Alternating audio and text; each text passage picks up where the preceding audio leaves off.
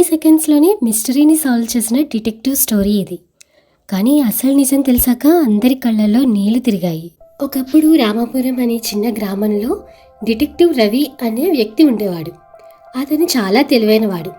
చిన్న చిన్న ఆధారాలను బట్టి పెద్ద పెద్ద రహస్యాలని ఛేదించడంలో సిద్ధహస్తుడు.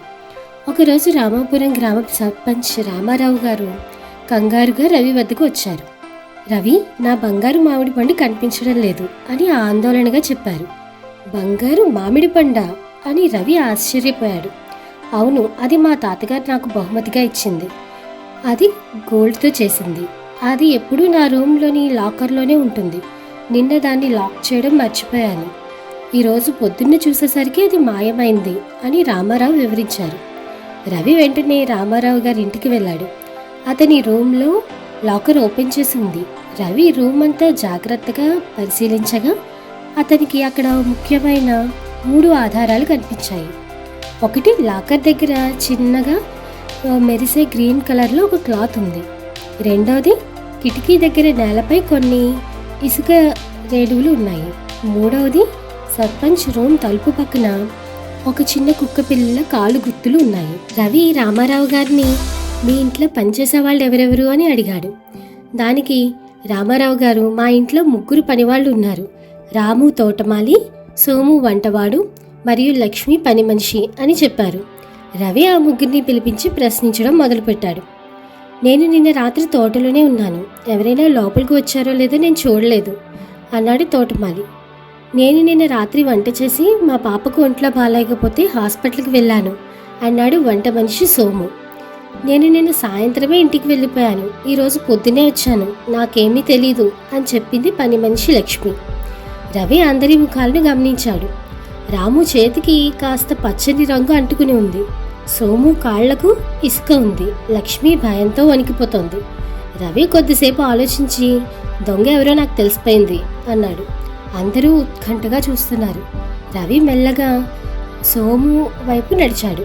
సోము, నిన్న రాత్రి మీ పాపను ఏ హాస్పిటల్కి తీసుకెళ్లావు అని అడిగాడు. సోము తడబడుతూ, అది ఊరి చివర ఉన్న చిన్న క్లినిక్కి వెళ్ళాను బాబు అన్నాడు. రవి నవ్వి, కానీ ఆ క్లినిక్ నిన్న రాత్రి సెలవు కదా. పైగా నీ కాళ్ళకు ఉన్న ఈ ఇసుక మన ఊరి చెరువు దగ్గర దొరికేది. సర్పంచ్ గారి గదిలో కూడా ఇవే ఇసుక రేణువులు ఉన్నాయి అని అసలు విషయం నువ్వే చెప్పు, లేదంటే పోలీసులు పిలవాల్సి ఉంటుంది అన్నాడు రవి గట్టిగా. సోము కళ్ళలో నీళ్లు తిరిగాయి. అతను వెంటనే సర్పంచ్ కాళ్ళపై పడ్డాడు. నన్ను క్షమించండి అయ్యా, నేనే ఆ బంగారు మామిడి పండుని తీశాను. కానీ అది నా స్వార్థం కోసం కాదు. అసలు నిజం ఏంటంటే, సోము పాపకు ప్రాణాంతకమైన జబ్బు చేసింది. దానికి ఆపరేషన్ చేయించడానికి లక్షల రూపాయలు అవసరం. సర్పంచ్ గారి వద్ద అడిగితే ఇస్తారని తెలుసు. కానీ అంత పెద్ద మొత్తం తిరిగి తీర్చలేననే భయంతో ఆ బంగారు మామిడి పండును తాకట్టు పెట్టి డబ్బు తీసుకురావాలని అనుకున్నాడు సోము. అయితే రవి ఇంకొక విషయాన్ని గమనించాడు. మరి ఆ కుక్కపిల్ల కాలి గుర్తులు, ఈ పచ్చరంగు క్లాత్, వీటి సంగతి ఏంటి అని అడిగాడు. అప్పుడు సర్పంచ్ గారి మనవరాలు అన్విత బయటకు వచ్చింది. ఆమె చేతిలో ఒక బంగారు మామిడి పండు ఉంది. సోము అంకుల్ ఇది తీస్తుండగా నేను చూశాను. కానీ తను ఏడుస్తూ తన పాప ఫోటోని చూసి తను ఏదో ప్రాబ్లంలో ఉన్నాడని నాకు అర్థమైంది. అందుకే ఇది దొంగతనంలా కాకుండా ఉండాలని నేనే కుక్కపిల్ల కాలి గుర్తులు పెట్టి నా డ్రెస్ కట్ చేసి అక్కడ పడేశాను. అప్పుడు అందరూ కుక్కపిల్ల ఆడుతూ మామిడి పండుని ఎక్కడో పడేసి ఉంటుందిలే అనుకుంటారని నేను అనుకున్నాను అని చెప్పింది అన్విత. రవి సర్పంచ్ వైపు చూశాడు. రామారావు గారు కోపడతారని అందరూ అనుకున్నారు. కానీ ఆయన కళ్ళలో నీళ్లు తిరిగాయి. సోము, ఇన్నాళ్లుగా నా దగ్గర పనిచేస్తున్నావు. నీ కష్టాన్ని నాతో పంచుకోలేకపోయావా?